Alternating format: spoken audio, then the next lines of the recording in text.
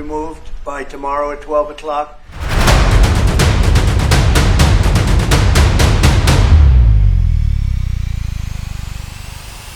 नमस्कार, मैं हूं महक भारती। आप देख रहे हैं पॉलिटिकॉस हिंदी। स्वागत है आपका। दुनिया भर में ट्रंप की रेसिप्रोकल टैरिफ की वजह से उथल पुथल मची हुई है। वैश्विक बाजार में, भारत में भी इसका असर है। अब इसी बारे में इसको समझने के लिए, इसको जानने के लिए हमारे साथ मौजूद है पूर्व पत्रकार, एप्को डायरेक्टर और इकोनॉमिक एनालिस्ट संतोष तिवारी सर। इनसे जानेंगे और समझेंगे कि इसका क्या असर पड़ रहा है भारत पर, दुनिया भर के बाजार पर। तो सर, सबसे पहले स्वागत है आपका। धन्यवाद महक। सर, सबसे पहले बताइए रेसिप्रोकल टैरिफ है क्या, इसके बारे में।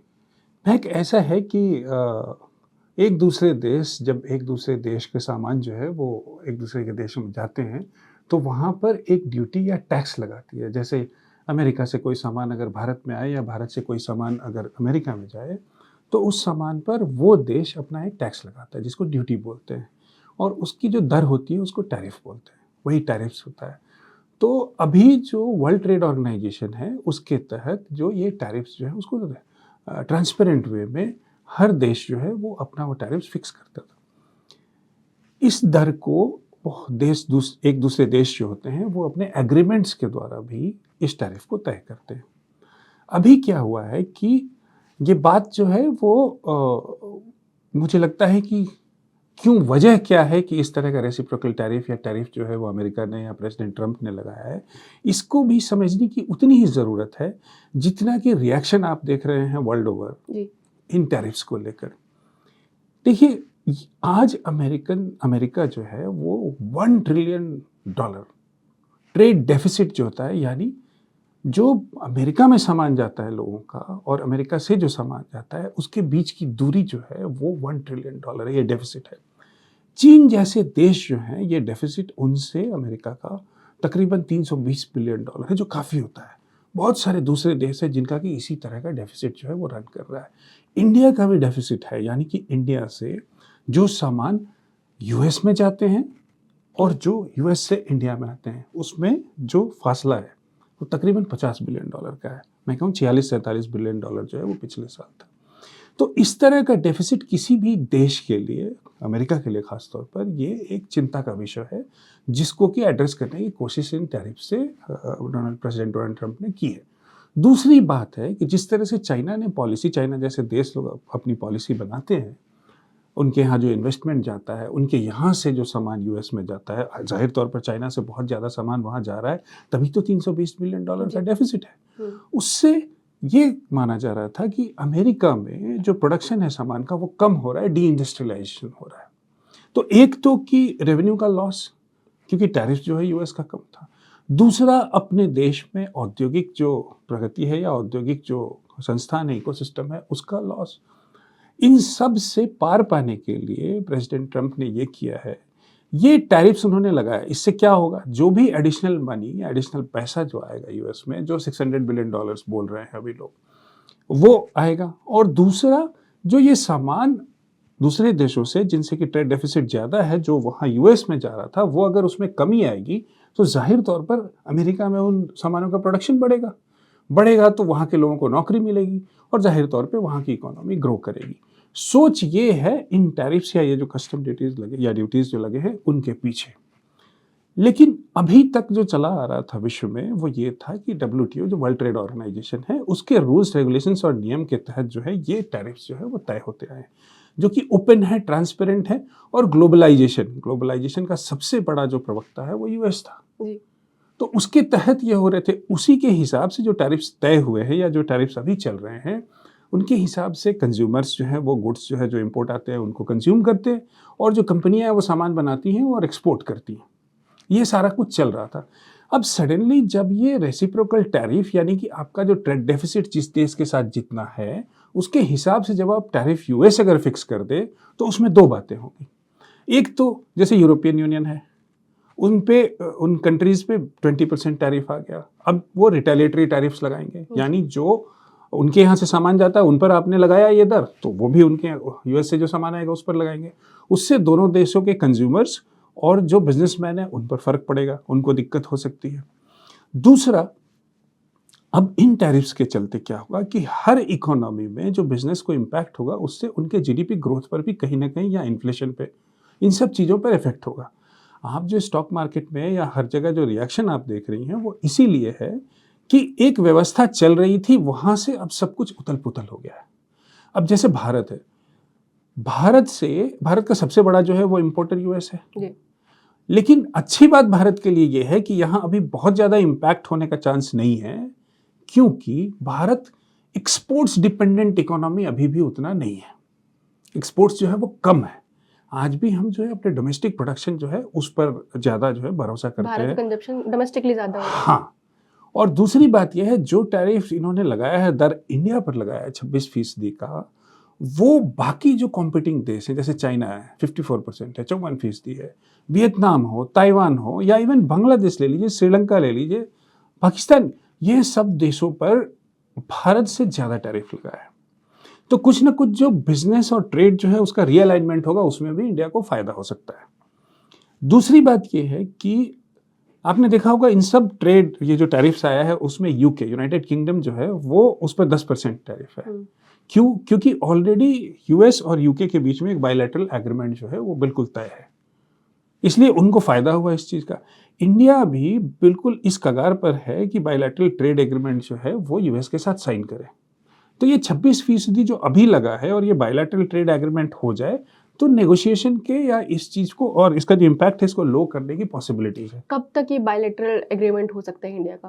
देखिए, कब तक है? प्रधानमंत्री मोदी जब पिछली दफ़ा अभी हाल में जब गए थे यूएस, तो उन्होंने इस बारे में बात आगे बढ़ाई है और ये सोचा जा रहा है कि अगले 2-3 महीने या मैक्सिमम 4 महीने के अंदर में बहुत जल्दी ही इस ट्रेड एग्रीमेंट को साइन कर लिया जाएगा। इसीलिए ये कहा जा रहा है, इसीलिए भारत सरकार ने, आपने देखा होगा कि ऐसा कोई रिएक्शन भारत सरकार ने नहीं दिया है जो कि चाइना दे रहा है। हाँ, जो कि हमें दिक्कत हो जाएगी, या यूरोपियन यूनियन दे रहा है कि हमें दिक्कत हो जाएगी, क्योंकि जो दूसरे देश हैं, जो कॉम्पिटिंग देश हैं, जो भारत से सामान यूएस में जाता है, उन सब चीज़ों में, चाहे आप जेम्स ज्वेलरी ले लीजिए, टेक्सटाइल ले लीजिए, या फिर मैन्युफैक्चरिंग प्रोडक्ट्स ले लीजिए, इलेक्ट्रिकल प्रोडक्ट्स, जो इसके कॉम्पिटिटर देश हैं भारत के, उनमें टैरिफ जो है वो ज़्यादा है। तो उसमें यहाँ पर भारत जो है वो बहुत ज़्यादा इम्पैक्टेड नहीं लग रहा है। और दूसरा कि बायलैटरल ट्रेड एग्रीमेंट जो है अब होने वाला है, तो उसमें भारत के पास स्कोप रहेगा कि वो जिस तरह से इन ट्रेड टैरिफ्स जो है उस जिस दिशा में ले जाना चाहता है, वहाँ पर यूएस से बातचीत करके और उस तरह से टैरिफ को आगे माइल्ड और बना सके। तो ये तो भारत के कुछ फ़ायदे हैं जो अमेरिका से ही हो सकते हैं, पर जैसे चाइना में 2018 में टैरिफ लगाया था अमेरिका ने, तो चाइना को नुकसान नहीं हुआ। ग्लोबल चेन सप्लाई जो थी वो उस समय इफेक्ट हुई थी, पर नुकसान नहीं हुआ था। चाइना 1 ट्रिलियन पहुंच गया उसके बाद भी। तो क्या ऐसा कोई रास्ता भारत अपना सकता है कि भारत भी ऐसा कोई फ़ायदा मुनाफा कमा सके इस चीज़ से? बिल्कुल सही और बहुत अच्छा सवाल आपने पूछा कि आगे क्या होगा, ये अभी कोई भी कुछ भी नहीं कह सकता है।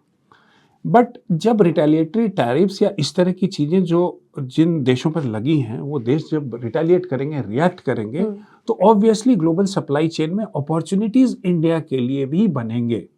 और यही चीज़ जब आपने देखा होगा, कॉमर्स मिनिस्ट्री ने जब पहली बार रिएक्ट किया ट्रंप के टैरिफ्स पर, तो उन्होंने ये लिखा है कि जितने भी प्रोडक्ट्स हैं जिन पर कि इन टैरिफ्स का इम्पैक्ट होगा या हो सकता है, उन इंडस्ट्रीज़ को सरकार ने कहा है कि आप एनालाइज करके बताइए कि आप पर क्या असर पड़ेगा।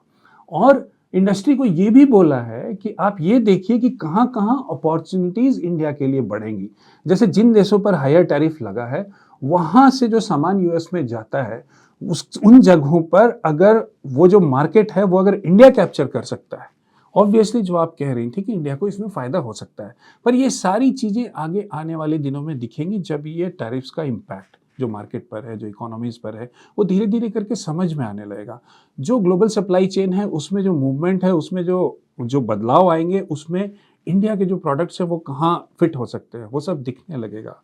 अगर जो दूसरे जो भारत की कॉम्पिटिंग जो कंट्रीज़ हैं, जो एक्सपोर्ट मार्केट में, अगर उन पर यूएस का टैरिफ ज़्यादा है, उन पर अगर इम्पैक्ट पड़ेगा, उनके मार्केट पर इम्पैक्ट होगा, तो इंडिया कैसे उसको कैपिटलाइज कर सकता है।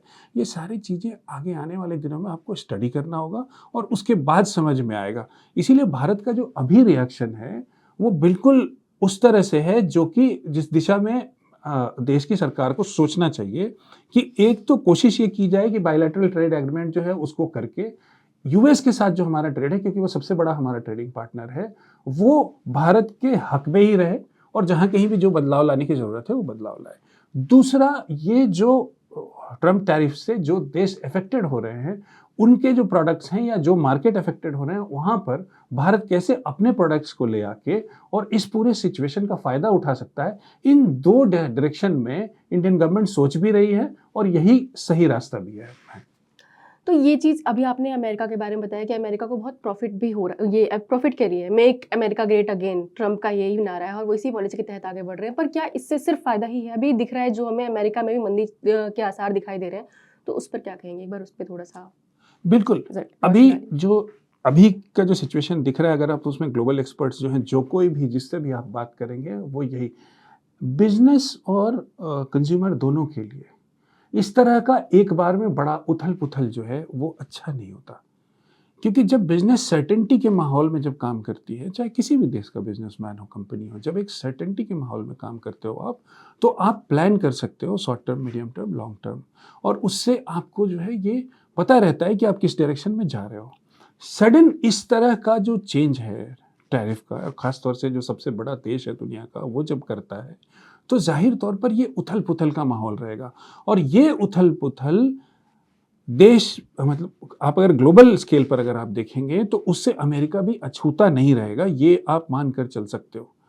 अमेरिका को कितना इससे फ़ायदा होगा, अमेरिकन इकोनॉमी में कितना रेवेन्यू आ जाएगा, अमेरिका में कितना जो है वो इंडस्ट्रीज़, जो ये बोल रहे हैं मेक इन अमेरिका, वो इंडस्ट्रीज़ आगे आते हैं, कितने लोग उसको कैपिटलाइज़ करते हैं, ये तो वक्त बताएगा। लेकिन इतना ज़रूर है कि जो इस तरह के टैरिफ चेंज से जो उथल-पुथल आया है, इसमें जो डिफरेंट इकोनॉमीज़ हैं वर्ल्ड के, उनको भी एडजस्ट करने में टाइम लगेगा। और जब सारे कंट्रीज़ जो हैं एडजस्ट करने में टाइम ले रहे हैं, उस समय बिज़नेस को भी कोई डेफिनिटिव डायरेक्शन लेने में टाइम लगता है। तो इकोनॉमीज़ जो हैं उन पर इम्पैक्ट तो होगा, लेकिन आने वाले दिनों में 6 महीना 1 साल में किस तरह से बायलैटरल एग्रीमेंट्स होते हैं, किस तरह से जो दूसरे देश हैं जैसे चाइना और भी जो बाकी देश हैं विश्व के, वो किस तरह से इन टैरिफ्स को हैंडल करते हैं, इन सब को देखकर ये पता चलेगा कि अमेरिकन इकोनॉमी को कितना इम्पैक्ट होगा और बाकी जो दूसरे इकोनॉमीज़ हैं उनको कितना इम्पैक्ट होगा। आप अगर देखेंगे रिएक्शन, जितने भी बड़े देश हैं, इवन सिंगापुर जैसे देश जो हैं, वो भी यही कह रहे हैं कि इसको इमीडिएटली रिटेलिएट हम नहीं कर रहे, लेकिन इतना ज़रूर है कि जो ये अनसर्टेनिटी ये इन टैरिफ्स ने जो क्रिएट किया है, उससे हैंडल करने में हर देश को टाइम लगेगा और उसके बाद ही पता चलेगा कि ये ग्लोबल इकोनॉमी को कितना इम्पैक्ट किया है इसने, और अमेरिकन इकोनॉमी को कितना पॉजिटिवली या नेगेटिवली इम्पैक्ट करता है। ट्रेड सिर्फ इकोनॉमिकली नहीं होता, पॉलिटिकली भी होता है। तो ट्रम्प का ये जो ट्रेड टैरिफ स्टार्ट किया उन्होंने वॉर की तरह, तो ये कितना आपको लगता है पॉलिटिकली और कितना इकोनॉमिकली मोटिवेटेड? देखिए, जो सिचुएशन है अभी, उसके हिसाब से ये कोई नई बात नहीं है जो प्रेसिडेंट डोनाल्ड ट्रंप ने कही। ये उनका स्टैंस था शुरू से कि वो इस तरह का काम करेंगे। और अगर यूएस का ट्रेड डेफिसिट अगर $1 ट्रिलियन है, तो ज़ाहिर तौर पे ये स्टेप या कोई और स्टेप या जैसे भी था, उसको डील करने की कोशिश कोई भी प्रेसिडेंट जो है वो करने की कोशिश करेगा। तरीका आप क्वेश्चन कर सकते हो, वजह क्वेश्चन करना थोड़ा डिफ़िकल्ट है, क्योंकि वजह तो है। अगर दूसरे देशों में यूएस से एक्सपोर्ट होता है और बाकी सारे देश जो हैं यूएस में अगर एक्सपोर्ट करते हैं, तो कहीं ना कहीं यूएस के इंटरेस्ट में क्या चीज़ें हैं उसको तय करना भी जो भी सरकार वहाँ है उसको उसका एक राइट है, और वो कर रहे हैं। तरीका पे क्वेश्चन है और तरीके पे लोगों ने अलग अलग तरह के अपने विचार दिए हैं। बहुत कम विचार ऐसे हैं जिन्होंने अपार्ट फ्रॉम यूएस एडमिनिस्ट्रेशन जो ये कहे कि हाँ भाई ये तरीका सही है। बट अगेन फिर वही मैं कहूँगा कि अलग अलग देशों को अब ये सिचुएशन आ चुका है। अमेरिकन प्रेसिडेंट ने अपने तौर पे अपने लॉजिक से, और उनके अपने लॉजिक जो है वो इकोनॉमिक लॉजिक हैं, उन्होंने ये स्टेप्स लाया है। ज़ाहिर तौर पर भारत भी मेक इन इंडिया की बात करता है और हर देश जो है वो अपना इम्पोर्ट जो है वो कम करना या इम्पोर्ट को रैशनलाइज करना और एक्सपोर्ट को बढ़ाना चाहता है। इन सारे डिनामिक्स को कहाँ ये चीज़ जो है वो जाके बैठेगी, अभी इस वक्त कोई भी प्रेडिक्शन उसका जो है वो थोड़ा जल्दी होगी ऐसे प्रेडिक्शन करने में। तो ये चीज़ जो भी आपने ग्लोबलाइजेशन की बात की थी आपने, आपको लगता नहीं कि इन चीज़ों से ग्लोबलाइजेशन को एक झटका लगेगा, पीछे की तरफ जाएगा, सेंट्रलाइज चीज़ें ज़्यादा हो जाएंगी इसमें? बिल्कुल, WTO एज इंस्टीट्यूशन जो है उसको झटका लगा है, क्योंकि सबसे बड़ा जो प्रमोटर है, सबसे बड़ा जो देश है, उसने अगर ये कहा कि नहीं भाई मैं हर कंट्री से जिस तरह का हमारा ट्रेड डेफिसिट है या जिस तरह का इम्पोर्ट सिचुएशन है मुझे अगर फ़ायदा हो रहा है तो मैं जिस तरह का फ़ायदा जिससे हो रहा है या जहाँ पर ट्रेड डेफिसिट ज़्यादा है उसके अगेंस्ट मैं टैरिफ ज़्यादा बढ़ाऊँगा, तो ऑब्वियसली एक वर्ल्ड ऑर्डर या फिर डब्ल्यूटीओ जैसा ऑर्गेनाइजेशन जो कि हर देश का भला देखते हुए और ट्रेड और टैरिफ जो है वो तय करने का एक rules regulation norms based institution है, वो वर्ल्ड ऑर्डर जो है उसको तो झटका लगा है। तो जैसे अभी बात आपने कही थी कि टैरिफ कुछ देश जो है उसका एक्शन लेंगे, टैरिफ से ही चाइना बात कर रहा है, यूरोप बात कर रहा है, तो इससे वर्ल्ड इकोनॉमिक ऑर्डर कहाँ जाके रुकेगा? देखिए, हर देश जो है जैसा जिस पर इम्पैक्ट हो रहा है उसके हिसाब से लोगों का रिएक्शन आ रहा है। जैसे यूरोपियन यूनियन है या फिर चाइना आप देख लीजिए या फिर दूसरे और देश हैं। जिन देशों को ये लगता है कि नहीं मुझे यूएस से बात करने की ज़रूरत है और बात करके बायलैटरल एग्रीमेंट या नेगोशिएशंस जो है वो करके एग्रीमेंट करके और इस चीज़ को अपने हक में करने की ज़रूरत है, वो उस तरह से कर रहे हैं। लेकिन ये रिटेलिएटरी जो टैरिफ्स हैं वो जिस देश की जैसी ज़रूरत है उसके हिसाब से ये रिटेलिएटरी तो टैरिफ्स जो हैं वो आएंगे। लेकिन ज़ाहिर तौर पर एक तरफ देश हैं भारत जैसे जो कि कोशिश ये करेंगे कि बायलैटरल ट्रेड एग्रीमेंट या उस तरह की चीज़ें करके किसी न किसी तरह से इस सिचुएशन में भी जो भारत के लिए अच्छा है वो करें, और ऐसे काफ़ी देश हैं जो ऐसा करने की कोशिश करेंगे। और देश दूसरे हैं जिन पर कि इस टैरिफ का, जैसे चाइना है 54% अब टैरिफ हो जाएगा, उन पर इम्पैक्ट होगा तो ऑब्वियसली वो रिटेलिएटरी टैरिफ कर लाने की कोशिश करेंगे। अब इन सब के बीच में वर्ल्ड ट्रेड जो है वो कहाँ जाता है, फिर मैं बार-बार उसी बात पे लौट रहा हूँ। वर्ल्ड ट्रेड कहाँ जाएगा ये विषय रहेगा हमेशा देखने का, समझने का और स्ट्रैटेजाइज़ करने का। तो हर कंट्री के पास, बिज़नेस के पास, इकोनॉमी के पास अब बहुत क्लोज़ली वॉच करने की ज़रूरत है, वॉच करने का समय है अभी कि कहाँ उनको अपने स्ट्रैटेजीज़ में चेंज करने की ज़रूरत है, चाहे वो कंपनियाँ हों या देश हो। कहाँ अपने स्ट्रैटेजीज़ को इस तरह से अट्यून करने की ज़रूरत है जहाँ पर कि आने वाले दिनों में जो अब इस टैरिफ, यूएस टैरिफ के बैकड्रॉप में जो पॉलिसीज़ हैं उनको कहाँ चेंज करने की ज़रूरत है। ये सारी चीज़ों को एनालाइज़ करना अब कंपनियों और जैसा मैंने कहा सारे देश के लिए, सब देशों के लिए ये बहुत ज़रूरी है, क्योंकि आपका जो सबसे बड़ा देश है विश्व में, उसने एक तरीका जिस तरह से ट्रेड पूरे विश्व में हो रहा था उसको बदल दिया है कि भाई हमारे को जिस देश से जिस तरह का व्यापार हमारा चल रहा है उसके हिसाब से मैं अपना ट्रेड रखूँगा। आप आइए मेरे से बायलैटरल ट्रेड नेगोशिएशंस करिए, ट्रेड नेगोशिएशन करके हमारी जहाँ पर आप जैसे यूएस से जो सामान आ रहे हैं, ऑब्वियस बात पे बहुत दिन से बात चल रही है कि बाइक हैं और इन सब तरह की चीज़ें हैं, उन पे ड्यूटी जो है भारत कम करे। लीवरेज जो है वो यूएस का थोड़ा बढ़ेगा। लेकिन इन सब उथल-पुथल से, अगेन मैं आपकी पिछली वाले जो सवाल है उस पे जाऊँगा, इन सब उथल-पुथल से विश्व अर्थव्यवस्था, ट्रेड और अमेरिका और भारत जैसे देश या दूसरे देश जो यूएस से जो ट्रेड है उनका उस पर बहुत डिपेंडेंट है, उन पर असल में क्या असर पड़ेगा। तो ये ऐसा समय है जो कि ऐसा किसी ने सोचा नहीं था कि इस तरह से ये सिचुएशन जो है वो कंपनीज़ को और उसको करना पड़ेगा, देखना पड़ेगा। हालाँकि प्रेसिडेंट ट्रंप जो हैं ये जब से वो फ्रेम में है उन्होंने कहना शुरू किया था और कि ये करेंगे वो, लेकिन आने वाला समय जो है वो विश्व के सब देश के सभी देशों के लिए और जो बिजनेसमैन हैं, जो कंपनीज़ हैं, जो लोग की मल्टीनेशनल्स खास तौर पे, उनके लिए चैलेंजिंग पीरियड है। बात करें शेयर बाजार की तो लगातार गिरावट देखने को मिल रही है भारतीय शेयर बाजार में, तो इसका एक मुख्य कारण तो टैरिफ है ही, और क्या कारण हो सकते हैं इसके? देखिए, शेयर बाज़ार ज़ाहिर तौर पर जो खबरें आती हैं उस पर रिएक्ट करता है और उसके हिसाब से शेयर बाज़ार में मूवमेंट होता है। लेकिन भारतीय अर्थव्यवस्था जो है वो, जैसा मैंने कहा कि एक्सपोर्ट डिपेंडेंट है नहीं। भारतीय अर्थव्यवस्था जो है वो मैन्युफैक्चरिंग और अपने देश में जो कुछ भी हो रहा है उस पर डिपेंडेंट है। तो मार्केट के रिएक्शन पे बहुत ज़्यादा देश का पॉलिसी और जो बिजनेसमैन है वो बहुत ज़्यादा कुछ उस मोमेंटरी होता है, बट उस पर कोई अपने पॉलिसी को चेंज करता नहीं।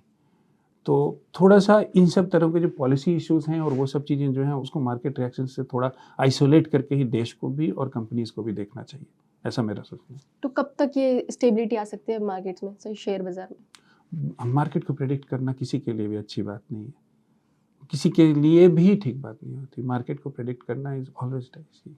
तो लेकिन इतना मैं ज़रूर कहूँगा कि जो अर्थव्यवस्था है भारत की वो रोबस्ट है। वो जो अभी भी आप देखिए तो विश्व में सबसे तेज़ी से बढ़ने वाले देशों में भारत है। 6.5% टू 7.5% लोग कह रहे हैं, अगर 7% भी होता है तो इस तरह का ग्रोथ हो रहा है। उस ग्रोथ में जो आंकड़े जो आ रहे हैं, जो कैलकुलेशन आ रहा है उसके हिसाब से बहुत ज़्यादा हो तो 0.2% जो है वो इंडियन जीडीपी को इम्पैक्ट करने का है, और वो कुछ आंकड़े तो ये भी कह रहे हैं कि हो सकता है पॉजिटिवली भी इम्पैक्ट करे।